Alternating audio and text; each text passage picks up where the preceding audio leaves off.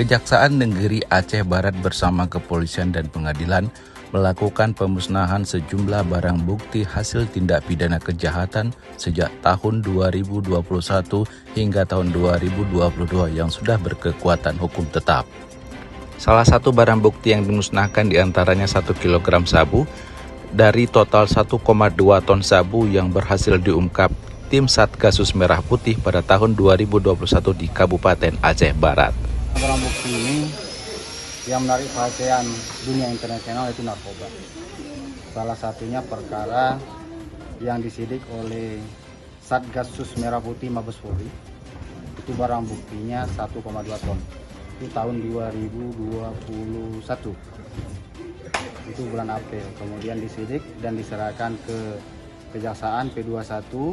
Kemudian kita limpahkan dan putusannya ada 3 orang hukuman mati. Kemudian ada 1 orangnya lagi, si otaknya itu udah hukuman mati terlebih dahulu. Jadi 4 orang untuk Aceh Barat ada hukuman mati. Dari Aceh Barat, Teguh Dedi Iskandar, Kantor Berita Antara, mewartakan.